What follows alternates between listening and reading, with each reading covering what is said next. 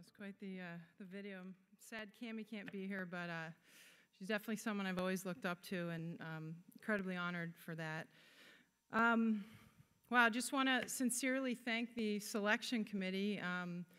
When I got the call, just ecstatic that I could be a part of this U.S. Hockey Hall of Fame, knowing how meaningful USA Hockey has been to me throughout the years. It's a huge honor. Want to congratulate all the other inductees. Chris, Matthew, looked up to you guys, watched you. I'm fortunate enough I could pick up, click on the TV and pick up some moves from both you guys. And Chris enjoyed training with you one summer before the Vancouver Olympics. Definitely saw that work ethic that Jack Parker talked about. Digger, you're the guy behind the scenes. I know for so many years have just been leading the way, helping our organization, and even though you're behind the scenes, I know every player appreciates what you've done for our sport, so thank you. And to the other award winners, Emil, Bob, and Jeremy, you guys, again, have done so much for the sport and have had a profound impact for generations, including mine, so thank you for what you guys have done. Dave Fisher, Fish, love your jokes, but your evening here tonight's even better. Thanks for all the hospitality and the team behind it. That jersey right there, that USA jersey, that was my life for 16 years. It's something I'll never forget putting on.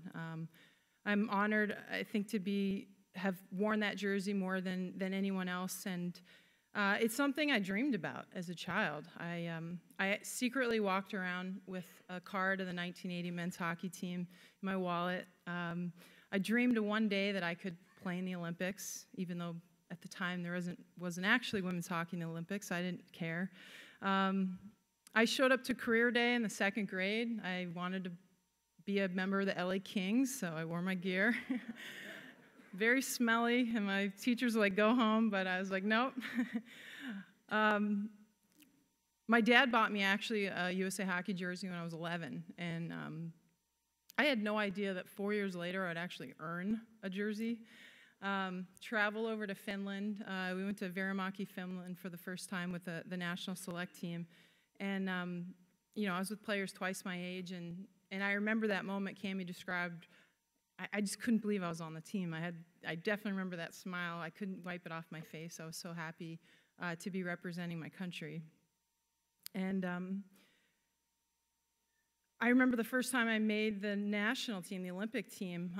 Coach Smith rattled my name off, and it was before cell phones. I sprinted into town in Lake Placid, New York, and picked up the payphone and called my family, and just couldn't believe that my dream was coming true.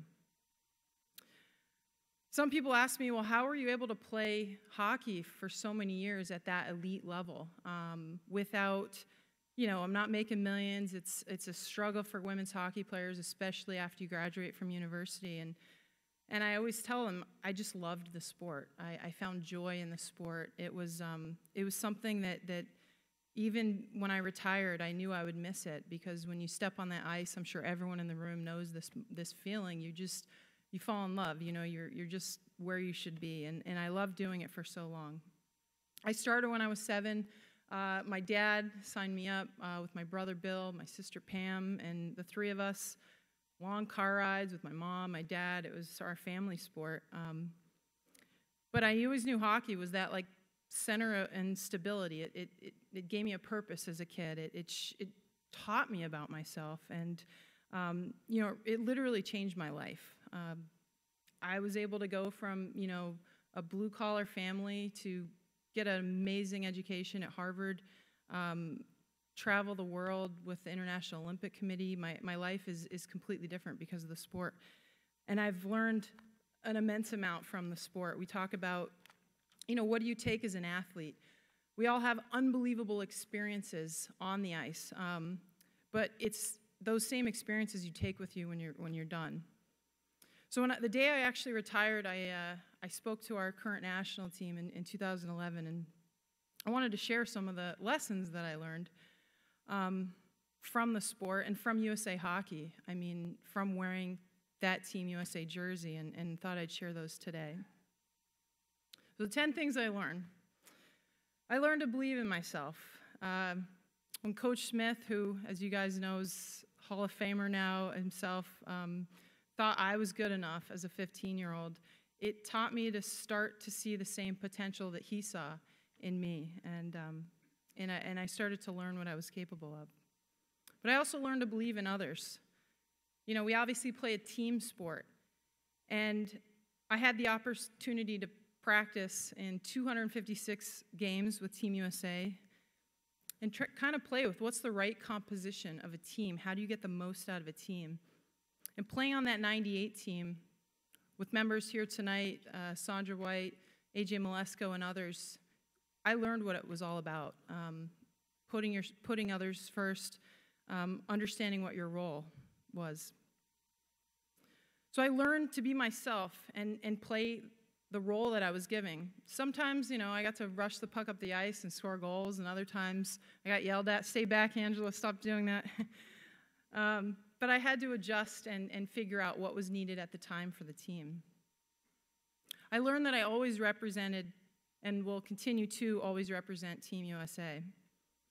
In my hometown, my rink, in a foreign country, literally anywhere you go, even though you wear the jersey on the ice, you're always representing Team USA off the ice, and you're a reflection of their values, which obviously they passed on to me. I learned to stick together as a team.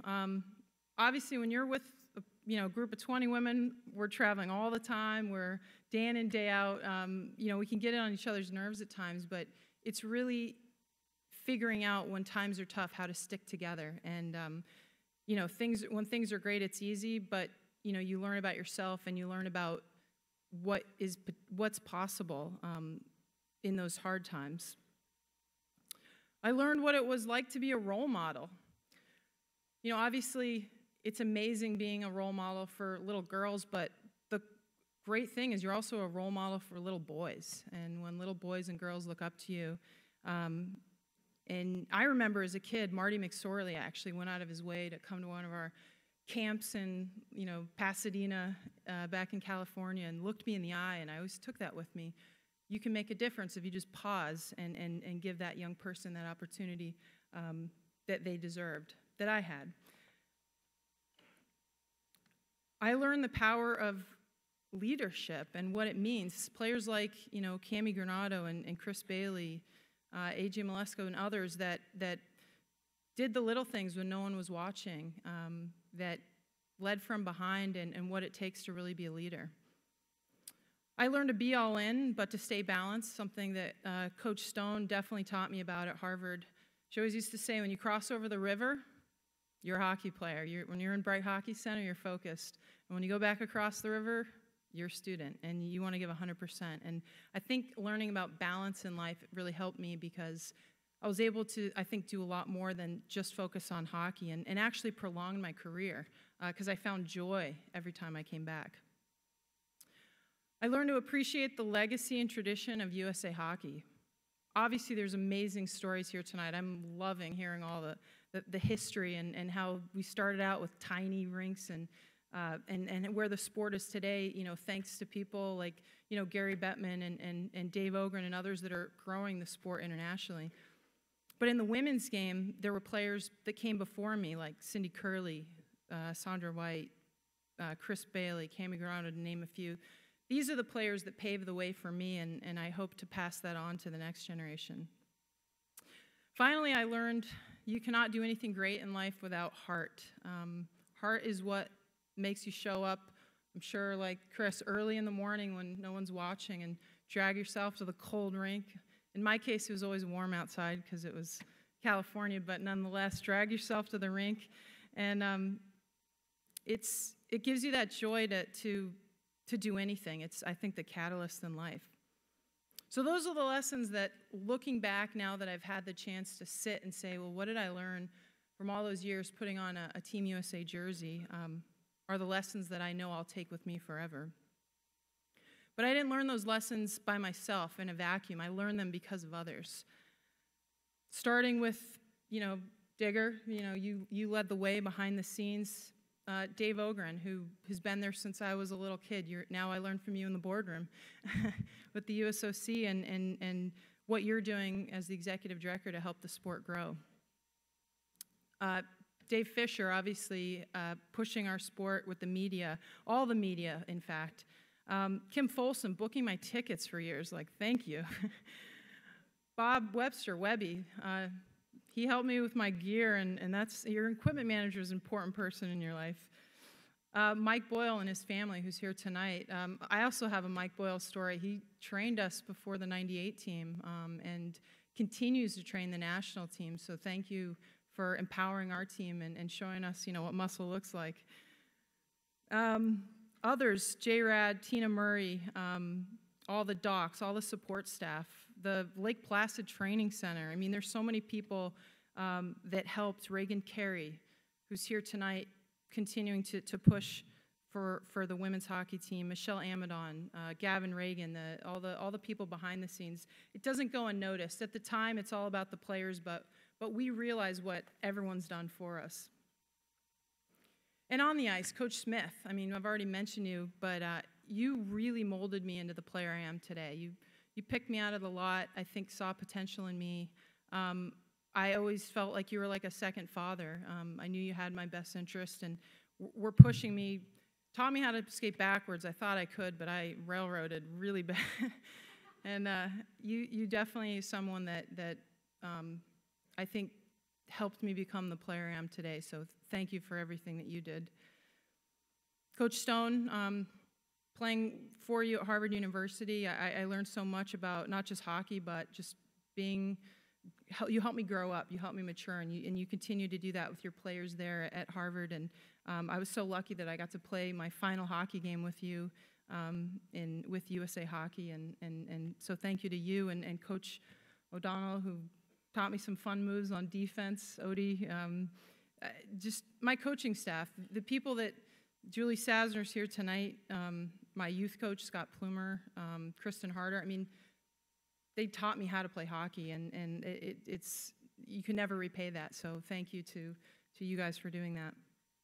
The organizations in my life, again, the Pasadena Maple Leafs, my prep school, Choate Rosemary Hall, that took a chance on me as a 14-year-old. It gave me endless opportunities. Connecticut Polar Bears organization, and all the parents, actually, that used to pick me up, including Julie Chu's family. Thank you for driving me across the state of Connecticut. Harvard University, I know there's a whole table here tonight. I can't reiterate what an amazing experience that was, and how lucky I feel to have been a part of that part of that university. I also want to thank all the men in this room who've supported women's hockey, starting with Walter Bush, who really pushed to get women's hockey into the Olympics in 1998.